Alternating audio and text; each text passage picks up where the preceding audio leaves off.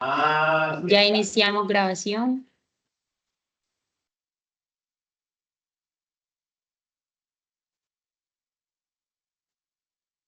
Cordial saludo. A continuación estaremos hablando sobre la teoría conectiva.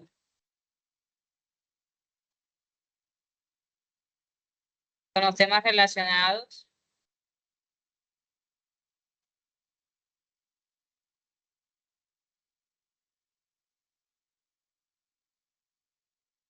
En primer lugar, tenemos la cognición. En segundo, la metacognición.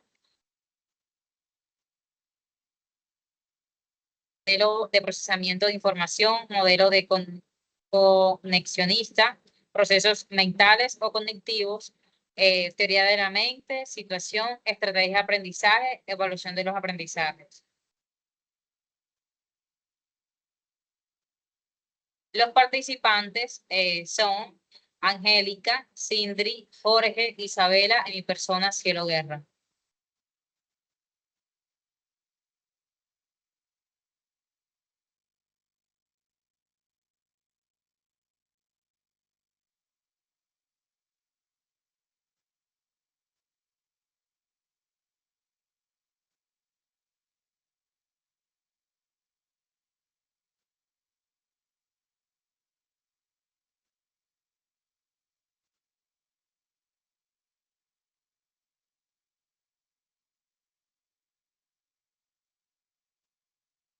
Bueno, como introducción estaremos hablando acerca de los conceptos específicos.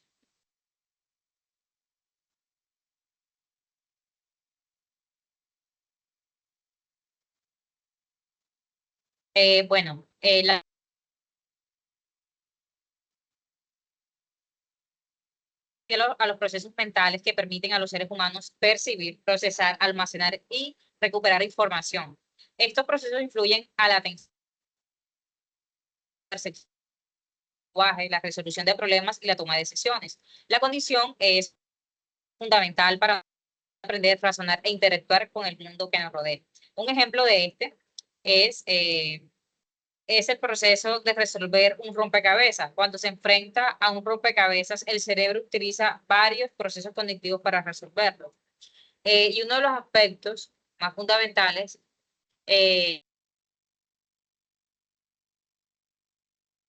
atención, la percepción, la memoria, la resolución de problemas y la toma de decisiones. ¿En qué se basa cada uno de estos? Por ejemplo, la atención. Este se enfoca en las piezas del rompecabezas y se ignora la información irrelevante. La percepción.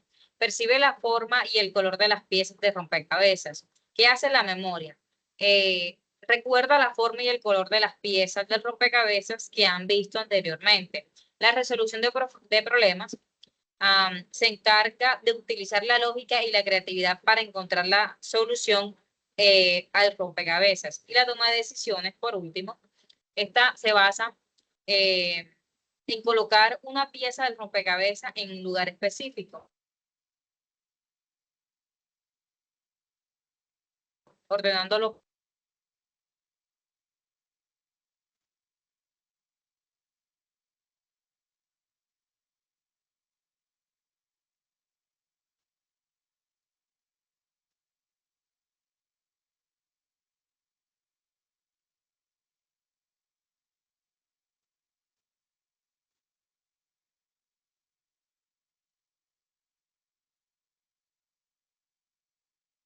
Metacognición. La metacognición se refiere a la capacidad de pensar sobre el propio pensamiento y aprendizaje. Es la habilidad de reflexionar sobre cómo se aprende, se procesa y se recuerda la información. La metacognición implica ser consciente de los propios procesos cognitivos y ser capaz de controlarlos y regularlos. Un ejemplo de esta puede ser, imagina que estás leyendo un texto en inglés y de repente te das cuenta que no estás entendiendo bien lo que lees. Entonces decides detenerte, volver a leer más despacio o usar un diccionario para buscar algunas palabras clave. Al hacer esto, estás reflexionando sobre tu comprensión y tomando decisiones para mejorarla. Esto es aplicar la metacognición, darte cuenta de que estás entendiendo, de que no estás entendiendo y cambiar tu estrategia para entender mejor.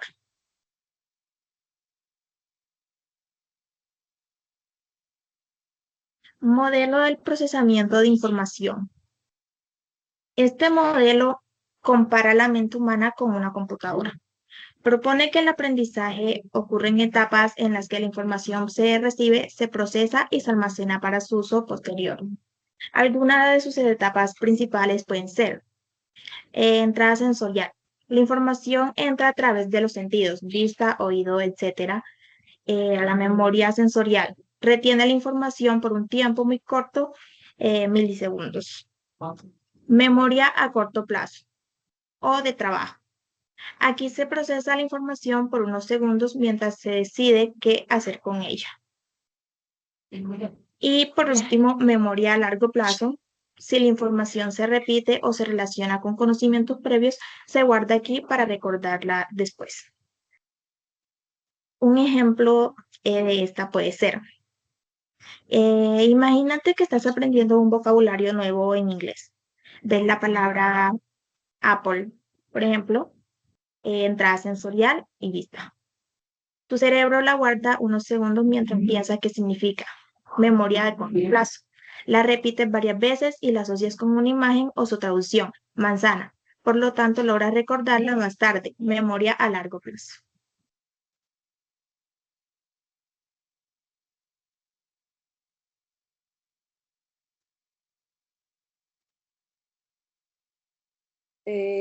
Bueno, buenas tardes. Pasamos al modelo conexionista. El modelo conexionista en la educación es una teoría que se basa en que el aprendizaje o los conocimientos son construidos a través de estímulos y respuestas. Estos términos pues ya lo habíamos mencionado anteriormente, que son similares pues a las conexiones neuronales en el cerebro.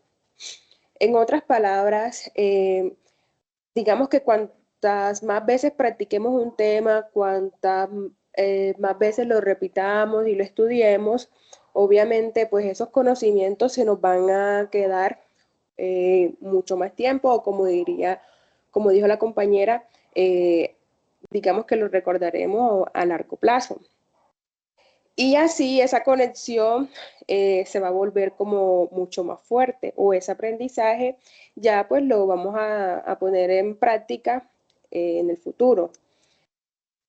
También podemos apoyarnos de nuestros sentidos para fortalecer esas conexiones y así pues crear una comprensión muchísima más profunda, debido a que si utilizamos obviamente pues todos nuestros sentidos para trabajarlos y ponerlos a trabajar en un solo tema o conocimiento, nos vamos a dar cuenta pues que el aprendizaje o esos conocimientos van a ser muchísimo más profundos y se nos van a quedar mucho más tiempo. Un ejemplo muy práctico en el aula de clases es cuando estamos enseñando el presente continuo en inglés. Listo. ¿Qué, como docentes o como futuros docentes, qué podríamos hacer en estos casos? Primeramente, obviamente, darle los conceptos básicos, las reglas básicas a los estudiantes y de lo que es el tema pues, que vamos a trabajar.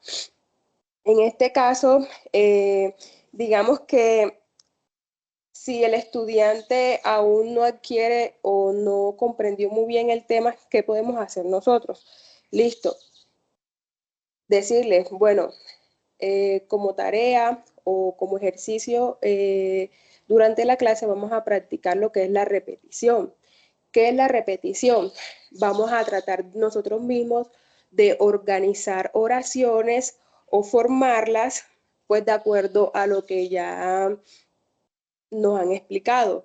Escribir varias oraciones, en este caso un ejemplo puede ser she is playing, que quiere decir que ella está jugando in the park, en el parque, y escribir más oraciones pues similares y utilizando pues obviamente el presente continuo. De esta forma, al repetir y repetir oraciones, pues obviamente se le va a ir grabando mucho más la información.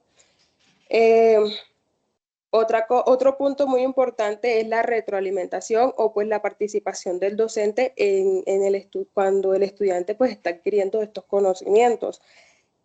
Aquí el profesor lo que hace es corregir los errores que él tenga de acuerdo a su gramática, si son errores pues, de gramática o de pronunciación. Cuando un docente se acerca y le corrige al estudiante, él lo que va a hacer es reforzar y obviamente mejorar pues esos conocimientos y ya evitar como esos errores y pues seguir aprendiendo y comprendiendo el tema. Y por último, que también es muy importante, que no solo es dar el tema en la clase, sino pues también llevarlo, digamos que a la vida cotidiana o en este caso hasta en el mismo salón, en la misma aula. Cuando un profesor hace dinámicas o actividades en las que el estudiante asocia el tema, pues obviamente lo va a aprender muchísimo más rápido y va a crear esa conexión pues mucho más profunda. Un ejemplo es cuando el docente, digamos que decide hacer una actividad donde ellos tienen que hacer acciones. Un ejemplo sería you are jumping. Entonces, ¿qué le está diciendo él? Tú estás saltando. ¿Qué tendría que hacer el estudiante? Saltar. Como que esos comandos que ellos pueden ir realizando pues de forma inmediata y va a ir profundizando mucho más pues el concepto o el tema que se está trabajando, pues que sería el presente continuo. De esta forma, como decía anteriormente, el cerebro va creando unas conexiones muchísimo más fuertes y el estudiante lo que va a hacer es guardar ese conocimiento y ponerlo en práctica, pues puede ser en el momento o a futuro.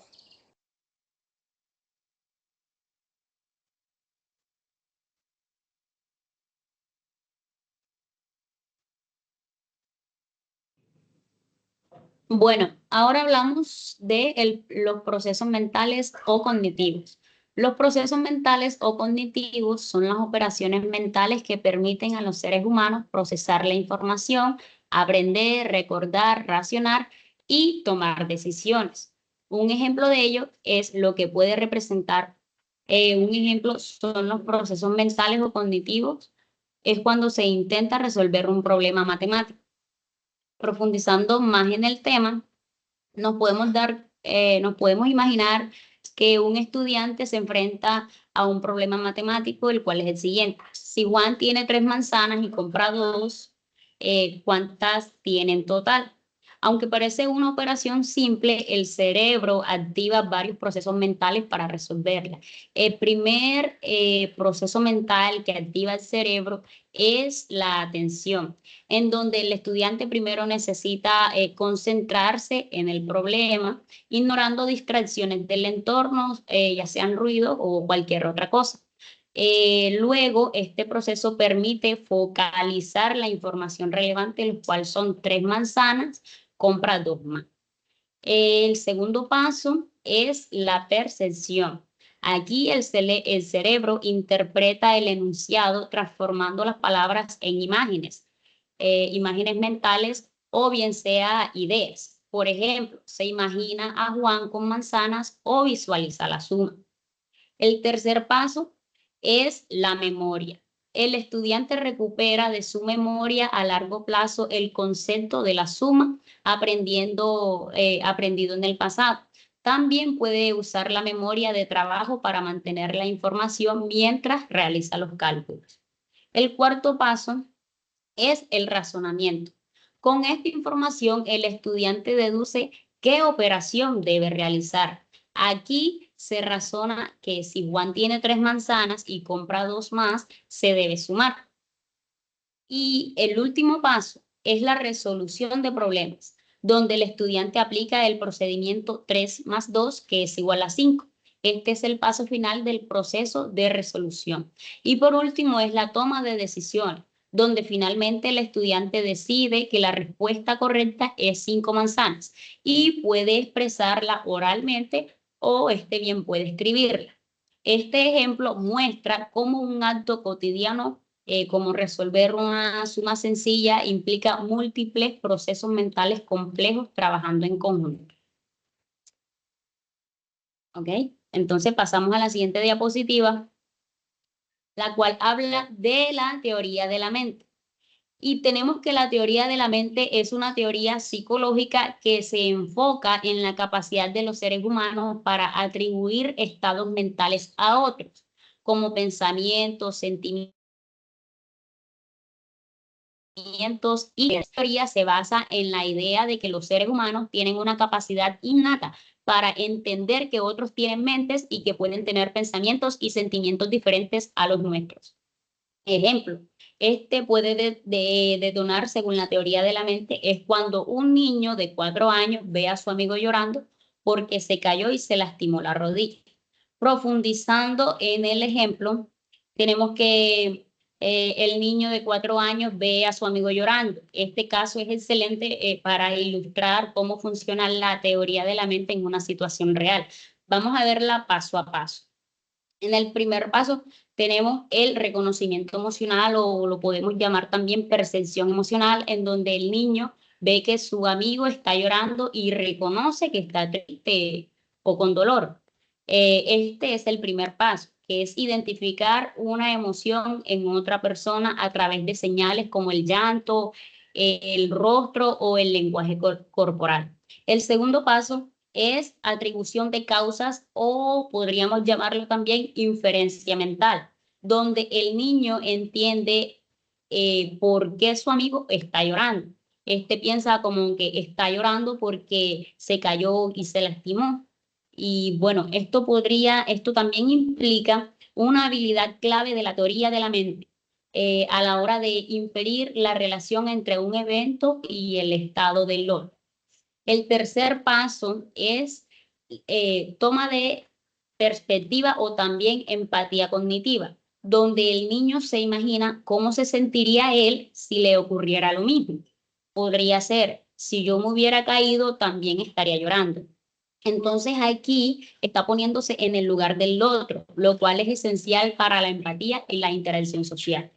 El cuarto paso es la reacción o respuesta emocional, o también empatía efectiva, donde el niño responde emocionalmente, sintiéndose triste al ver a su amigo así, o querer ayudarle.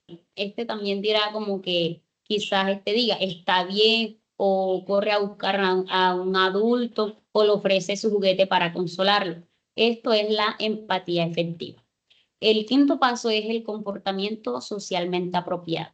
Basado en esa comprensión del estado mental del otro, el niño actúa de manera adecuada al contexto. Esta acción muestra que el niño comprende la mente del otro y reguló su comportamiento social en consecuencia. Ahora, ¿por qué este ejemplo demuestra teoría de la mente? Porque el niño, primero, identifica un estado emocional externo, el cual es el llanto. Segundo, infiere una causa interna, lo cual es el dolor, la tristeza. Comprende que su amigo siente algo diferente a lo que él siente y actúa con empatía, mostrándose consciente de la mente y emociones del otro. Así estaríamos hablando de la teoría de la mente.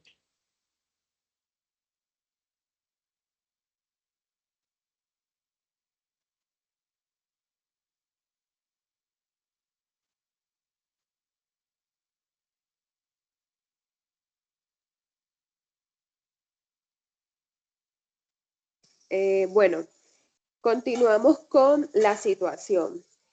El grupo escogió el siguiente ejemplo, que dice: en una clase de inglés de nivel intermedio, los estudiantes deben crear una historia breve usando el pasado simple y pasado continuo. La actividad inicia con una imagen misteriosa, por ejemplo, un bosque en una noche lluviosa. Y la pregunta guía es "What happened here?", ¿qué pasó aquí? Entonces, a continuación el compañero pues nos va a explicar las diferentes estrategias que se pueden aplicar en esta situación.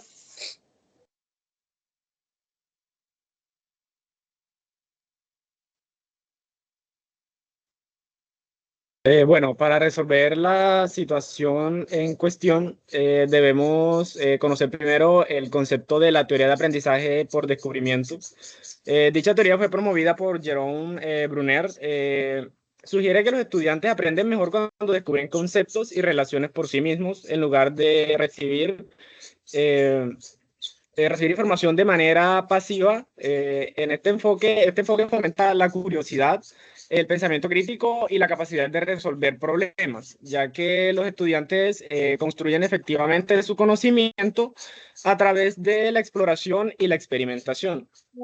Entonces, teniendo esto, podemos sugerir el primer ejemplo antes de pasar directamente a la actividad, que es, por ejemplo, en una situación en la que a los estudiantes se les da por lo menos una caja con materiales como cables, bombillas, pilas, interruptores, y puede ser una guía, por lo menos una guía básica que describe para qué función cumple cada componente que hay en la caja, y pues proponer el ejercicio que es descubrir y conectar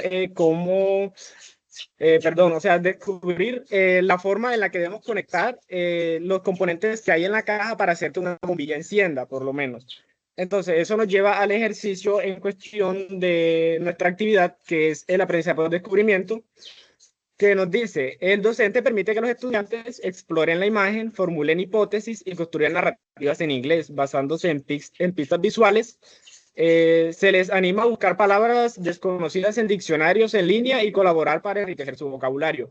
Entonces tenemos que la actividad en cuestión se realizaría en grupos, ya que al haber colaboración, digamos, si un estudiante propone escribir el texto con base en la imagen y, digamos, le falta vocabulario o que no se salga, digamos, de las manos a él en momento,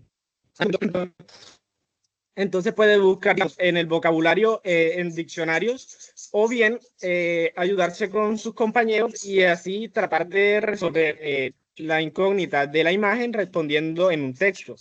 Entonces, la estrategia cognitiva nos dice que los estudiantes organizan las ideas en un esquema narrativo con introducción, desarrollo y desenlace. También practican la estructura gramatical del pasado simple y en las historias. Entonces tenemos que debemos escribir un texto basado en la imagen, como ya hemos dicho anteriormente. Entonces, digamos, en la imagen tratando de conservar lo mejor posible la estructura y el esquema del inglés, utilizando el pasado simple y continuo. Entonces, pasamos a las estrategias metacognitivas. Los estudiantes reflexionan sobre su proceso de aprendizaje al final de la actividad, describiendo en inglés cómo su proceso de aprendizaje al final de la actividad, perdón, sobre su proceso de aprendizaje al final de, regrese por favor, compañera.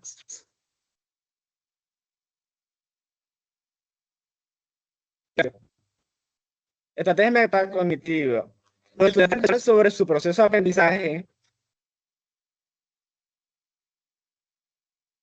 Compañera.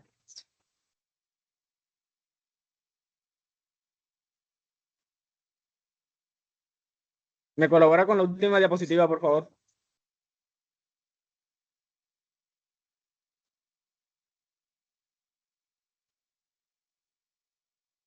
Gracias.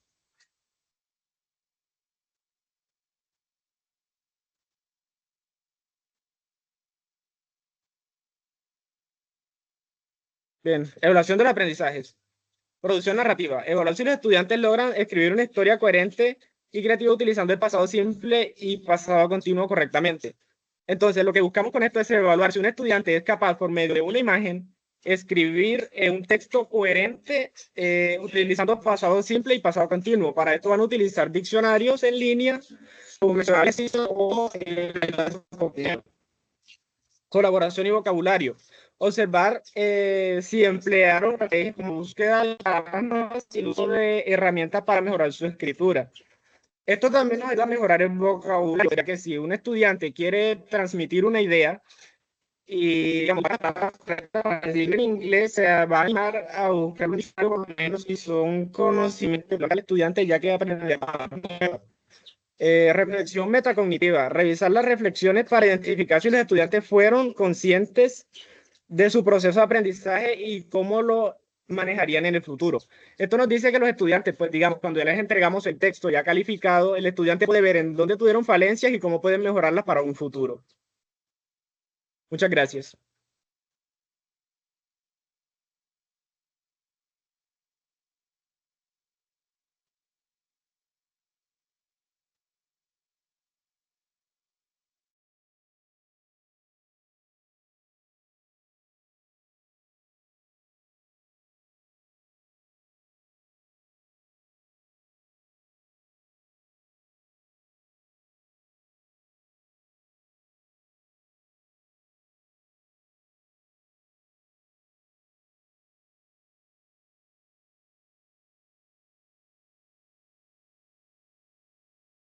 ¿Quién controla las diapositivas? Disculpen.